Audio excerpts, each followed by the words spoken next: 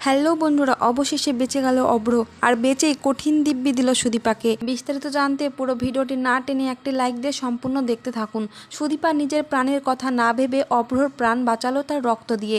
শুধুই কি তাই, সুদীপা তড়িঘড়ি করে স্বাস্থ্য কেন্দ্রে নিয়ে যায় অভ্রকে। এরপর সুদীপা তার নিজের রক্ত দিয়ে প্রাণ বাঁচিয়ে তুলে। তবে অভ্র সে একটা কথাই বলতে থাকে, সে আর বাঁচতে চায় না।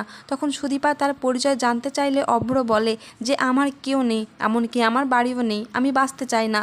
ঠিক সেই মুহূর্তে সুদীপা বলে যে আমি কত কষ্ট করে প্রাণ বাঁচালাম এই কথাগুলো শোনার জন্য, আর আমি যেন আর কখনো এই কথাগুলো না শুনি।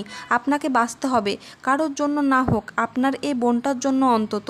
তখন সুদীপার দিকে তাকিয়ে অভ্রর চোখে জল চলে আসে।